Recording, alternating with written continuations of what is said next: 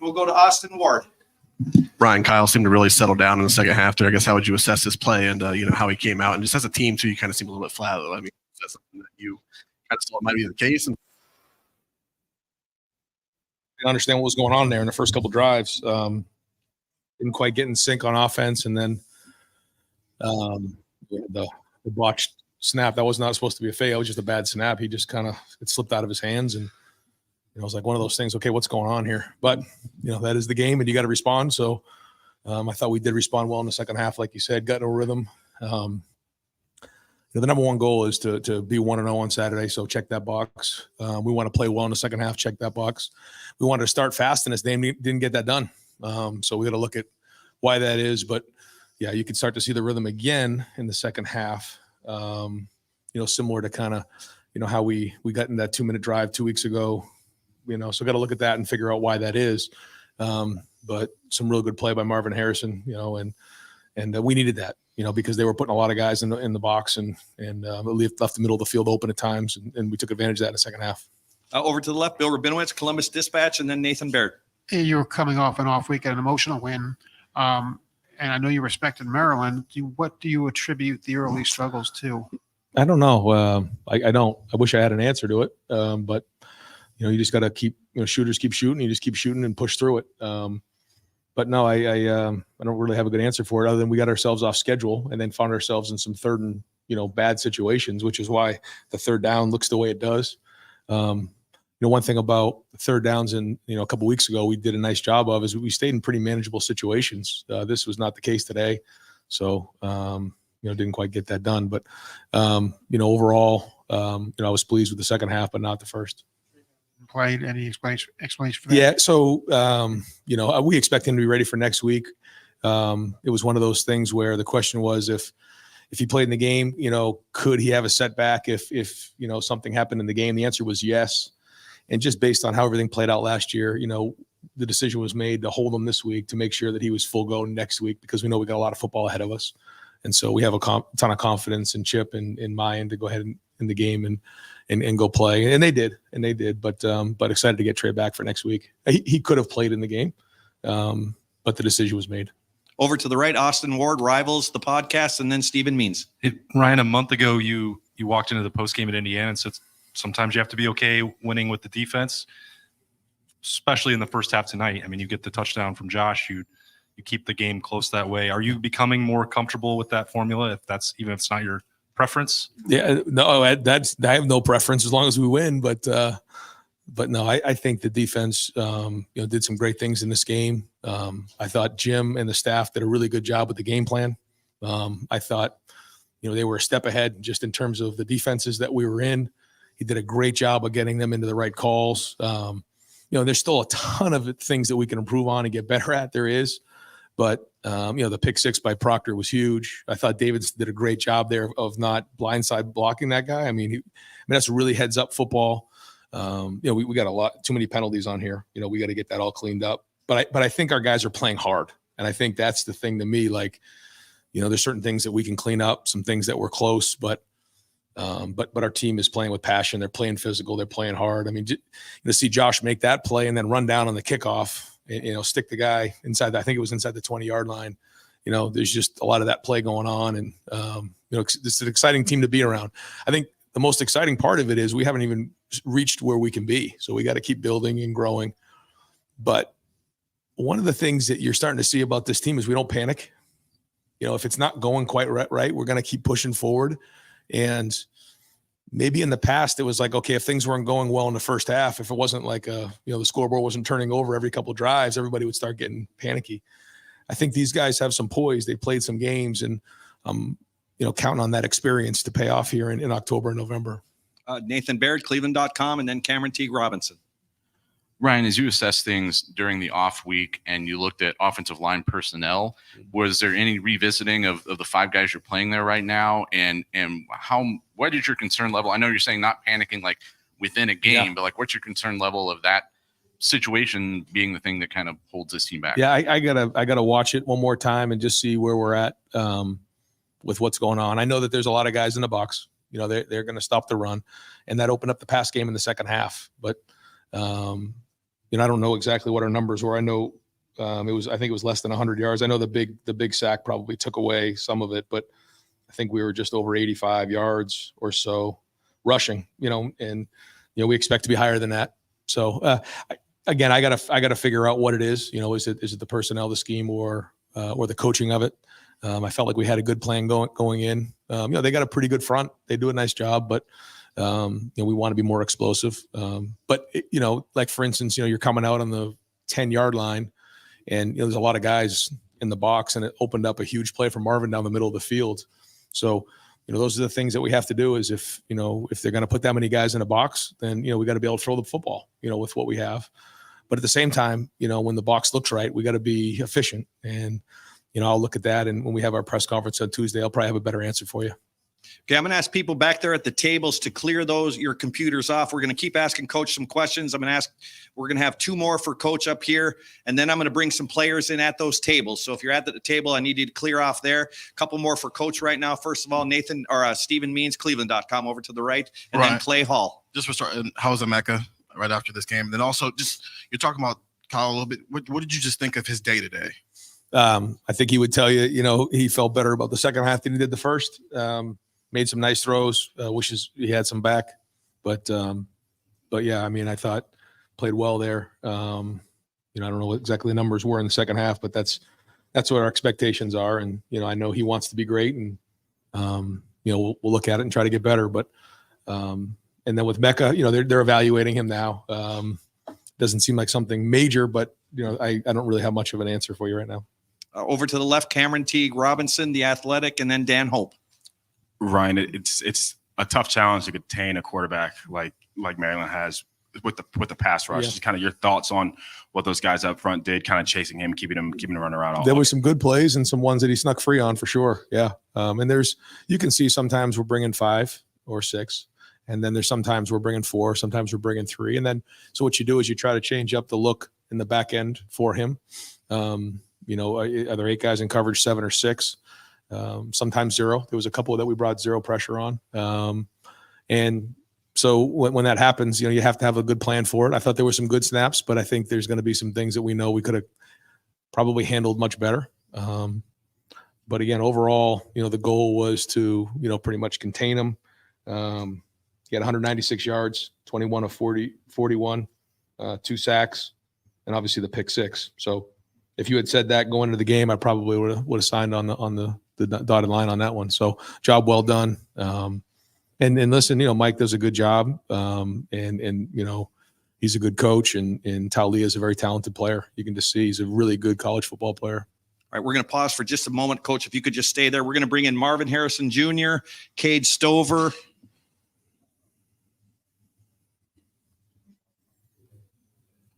and Josh Proctor. We're going to send them to the back. Guys, if you could let them get to the tables in the back.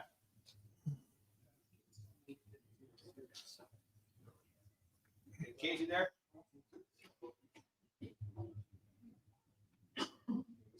Yep. Any table you want back there, Marvin. And then, Marvin Harrison Jr., Josh Proctor. Marv's got his luggage with him. It looks like he's going through TSA over there. And Cade Stover. And then we're going to continue questions up front here. Cade, where's your Louis bag? You don't have one? No, you don't have one? Hey, Cade, you can go all the way to your left there. Okay, over here, back with Coach Day, Clay Hall, WSYX. You to talk about getting a sack from a defensive end, but first 10 penalties, including one on the head coach.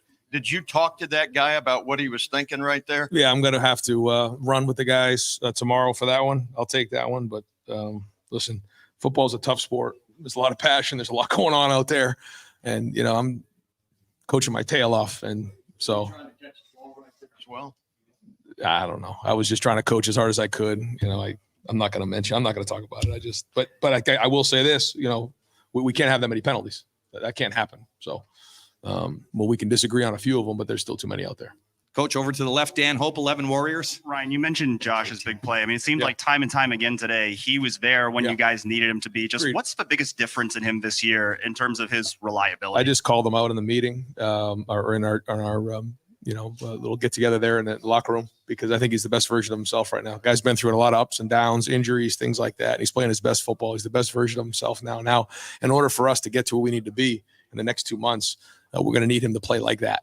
So I just think this is a guy who's been through a lot, and you can't substitute experience, and maturity. And I'm proud that he's playing like he is, but he's got to continue to stay on that discipline, because you can see the talents out there and the physicality. He plays tough. I mean, he plays, he comes downhill. There's several pictures in my mind of him showing up at the point of attack and bringing it. So great to see him out there playing like that. And final question for Coach Day, front row, Tim May, Lettermen Row. Yeah, Ryan, especially early. It seemed like Kyle was just like maybe a beat behind on some of the reads and stuff. And I'm just wondering, what were they throwing some things at you guys that y'all had to sort of sort out? No. I think Kyle would say the same thing. Had a hard time early on getting a rhythm, and as a coach, I got to try to help him and figure out how I can help with that. And then, whatever it is, whether we got to, go have him go run a few laps before we play the first drive or whatever it is, we'll find a way to get him into a rhythm, because you can see the talent is there, the ability is there. But he cares a lot. And, as coaches, we'll help him get there. Great. Coach, thank you very much. Thanks, guys. Tim, just hold it. I've got Kyle McCord coming up. Thanks, Coach. Have a good evening. Great. All right, folks, we're going to open up the front here for questions for quarterback Kyle McCord.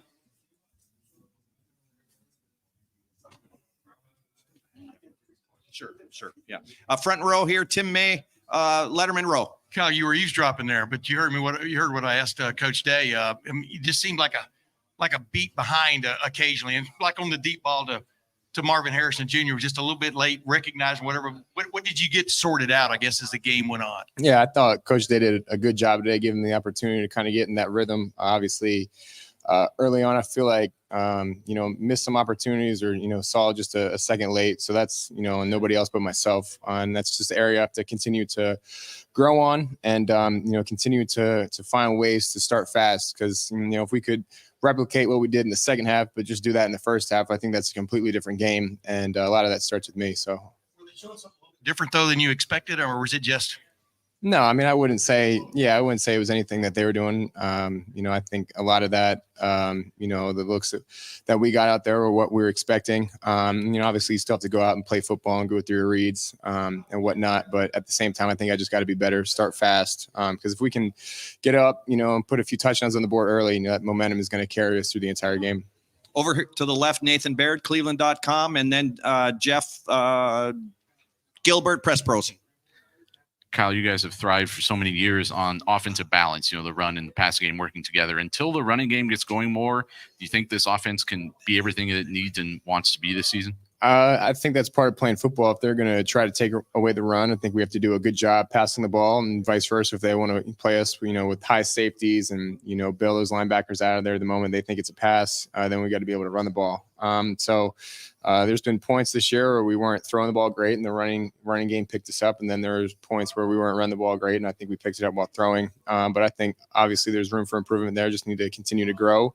I think this offense is no doubt at its best, and we have both of those departments going. Okay, I'm gonna give the Marvin Harrison group a last call right now for questions, because we're gonna get Sonny Styles in there. Over here to the right, Brendan Gulick, Buckeyes Now on SI. A two-part question. First of all, how much do you feel the wind affected your deep ball throw to Marvin and to Julian, if at all? And the second part is about tempo. It feels like in the second half, when you were running tempo, things were rhythmic and smooth and quick and reactive. Are you more comfortable in tempo? Yeah. To answer your first question, I think the biggest thing with the deep ball is just seeing it early. And then getting a good pre-snap look and giving myself an idea of what I'm going to do with the ball pre-snap. That way I can get those balls out, just a hair quicker and hit them on the run. And then as far as tempo goes, I think it depends on the week. Obviously, there are some weeks where you want to control the ball and control the clock. But this wasn't really one of those weeks when we knew on offense, you know, they're going to throw the ball too. They're going to go tempo too. So it wasn't one of those things where, you know, we had to try to get the perfect look on every single play. So I think all the guys with the plays we call when we do go tempo are comfortable with them. We're able to get rolling there a little bit. And, you know, sometimes that's what you need in, you know, slow start type of games, ugly games like this, you know, get some tempo going. Even if you're not hitting big plays, just that rhythm, I feel like, you know, kind of gets us, you know, moving down the field a little bit on offense. Okay, we're going to pause it. Hey, if we could keep it down in the back a little bit. Sonny Styles, if you don't mind taking the empty table in the back. We've got Sonny. Okay, we're going to start to wrap it up for Cade Stover in the back. So I've got JT Tuimoloau. That's going to go up there, continuing with Kyle McCord right here. Jeff Gilbert, Press Pros.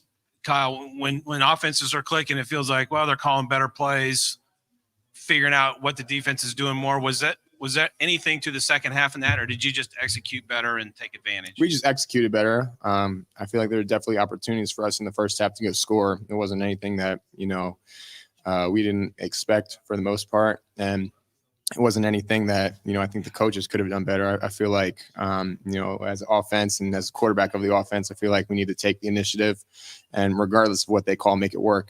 And, we didn't quite do that in the first half. And then the second half, I felt like we did do that. You know, we executed when the opportunities presented itself, and that's huge, especially when you get down to the red zone, scoring touchdowns instead of field goals, because that's, you know, a 4-point swing right there. So I wouldn't say it was the play calling. I would say it's just execution that we need to continue to improve upon.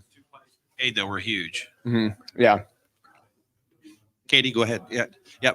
Actually, we've got JT Tuimoloau at the back now, and we're continuing with Kyle McCord. Over to the right here, Dylan Davis, Delaware Gazette. Kyle, everybody we talk to talks about how you're the same person no matter what's going on. Your demeanor never changes. Is that a developed trait? Is that something you've always done? And I guess, how does that, you know, really rally or keep an offense kind of settled in moments where you guys weren't playing very well early on? Yeah, I think that's always kind of been my personality. Just cool, calm, collected, but you know, I think there's definitely a balance to it. I think at times you need to be that kind of fiery leader and light a fire under the guys, get them going. But then, you know, when things don't look great and, you know, we're kind of spinning our tires a little bit, then, you know, be that calming voice, be like, all right, we're good. You know, we just need to stick to what we do and, you know, get this thing rolling. Who's got it over here? Oh, Katie Kapusta, Spectrum News. Hey, Kyle, Coach talked about how poised this team is. So kind of going off of this last question, but how important is it to stay poised after that first half? Not only you, but specifically this team. It seems like such a maturity aspect. You're talking about the first half, how we stayed like calm after that first half? Yeah. I mean, obviously, you know, you want to start fast and not put yourself in that position. But today, obviously, that wasn't the case. We didn't, you know, have a fast start, and you know, the game was just tied going into halftime. And I think that is a credit to a lot of the older guys like Cade Stover. You know, on the offense, just, you know, like I just said, I think he was fiery at times when we needed to get going, and then I think at other times, you know, it was like, we're good, you know, and we just need to get the ball back and just take a deep breath. And so I think that's the leaders. And, you know, I try to do that myself as well. And, you know, I think when you have a good amount of guys all preaching that same message, I think it just calms everybody down and reminds me there's a lot of football left to be played. There's no reason to panic. You know, we just need to go out there and do our thing. We're going to do about 4 more questions for Kyle. Over to the right, Michael Cohen, Fox Sports. Kyle, I'm not sure what the final number was, but with a couple minutes left in the game, you had targeted Marvin on about 52% of your throws today. I'm sure you'll throw it to him as many times as he's open, but is there also a balancing act between knowing you have a weapon like that and then also trying to get everybody else involved as best you can? Yeah, I feel like a lot of that is dependent on what the defense does. You know, in weeks prior, we've seen Marvin get doubled, and, you know, you have to go to other guys, and so his stats that week might have not looked great. But other guys obviously got more touches, got more yards, touchdowns, whatever. And then today, a few times, I think they try to double him or, you know, give him a little more attention. But you know, if there's a one-on-one opportunity with Marvin, I don't care who's guarding him. I like Marvin 10 times out of 10. So I think a lot of it is just what kind of the defense decides they want to do. Over to the left, Andy Backstrom, Lettermen Row. Kyle, you've proven to be an accurate quarterback here, but early game, the last couple of games, you've had a little bit of time to get into it.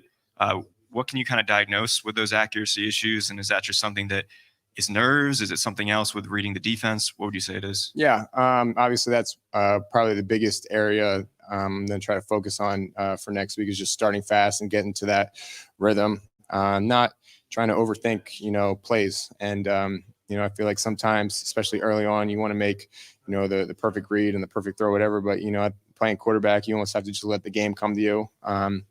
And if a shot's there, take it. Don't force it. If they drop out of there, you got to take something underneath. Be fine with that, and just kind of get into the flow of the game. And then I think once you do that, everything kind of slows down a tick. And so I think the biggest thing is just coming out next week and being focused in on start fast.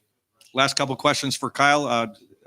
Joey Kaufman, Columbus Dispatch. Kyle, Marvin described his ankle being good enough from throwing him the ball. How does his good enough look to you? Yeah, I mean, his good enough to me looked really good during the week. Obviously, not a great looking injury from last week, but I think the bye week definitely helped, gave him some time to recover. And then I think he gained a lot of confidence in practice this week, going full speed again. And, I could tell by Tuesday he was going to be 100% or close to that by game time.